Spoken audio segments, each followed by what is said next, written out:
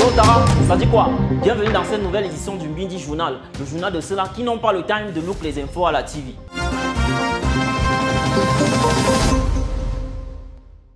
La malédiction qui nous attrape, parce qu'on avait une très bonne équipe, l'Égypte n'était pas à notre niveau. Pourquoi on sort?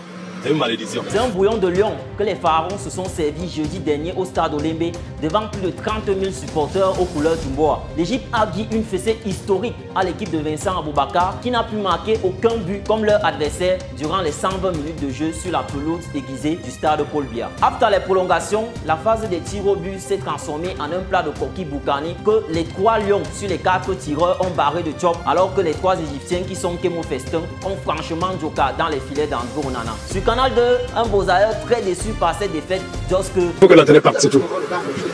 Parce qu'il a fait un mauvais coaching. Donc il faut qu'il parte. Et il faut un Camerounais. Est-ce que c'est alors lui qui tirait là-bas, non? Les gars ont seulement d'aime avec all la pression que le public mettait là. Pourtant, voici comment la CAN avait begin au Mboa.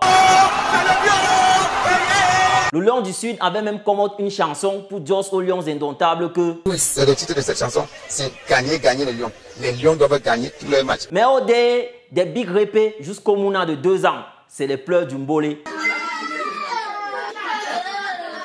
Combi. Même les unes des journaux du Mboa ont bolé le tableau avec leur titre. Une défaite camerounaise qui a qualifié l'Égypte pour la finale tomorrow face aux Lions de la Teranga à partir de 20 h au stade Olembe. Cependant, les Lions Indomptables vont play le match de classement ce soir au stade Amadou Ahidjo à partir de 20 h pour chercher au moins la 3e place de cette CAN. Yo!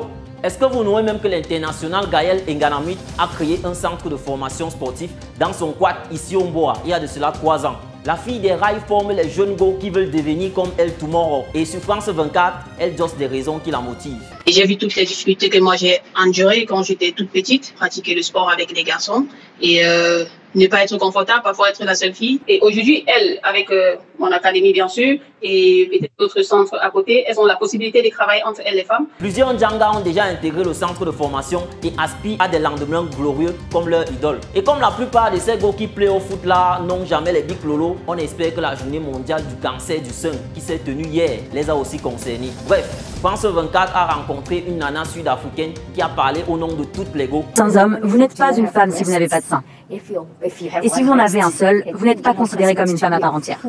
Et la CIA TV, quant à elle, elle a rencontré les malades de l'hôpital central qui doutent toujours l'Onyanga durant leur hospitalisation. Question de Jos à la maladie qu'elle ne peut pas leur manquer du respect. Les malades doivent se sentir à l'aise, doivent accepter. Cependant au Mali, ça a pris peur.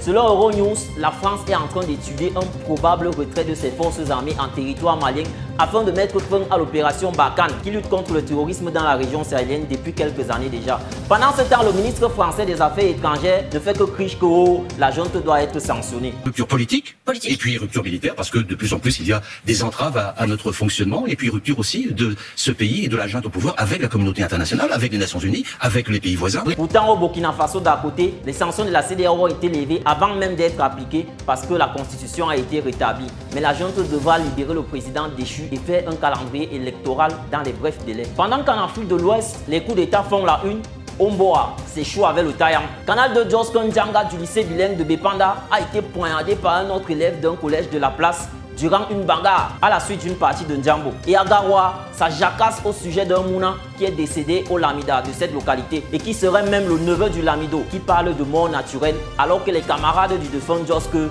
il y a eu plusieurs ragots, des camarades qui parlaient. Ceux-là disaient qu'il avait déjà l'habitude d'être infligé de ces torgnoles-là. Ce n'était pas déjà une première fois. Lorsqu'il essayait par exemple de dribbler au cours ou alors il désobéissait à quelque chose, il subissait vraiment ses fouets. En tout cas, en attendant les résultats de l'enquête, il faut dire que c'est dans ce Grand Nord, précisément en Gamoundéré, que la semaine nationale du bilinguisme avait été lancée et vient de s'achever au palais des congrès de Yaoundé en présence de flops d'élèves qui ont donné leur avis sur cet événement.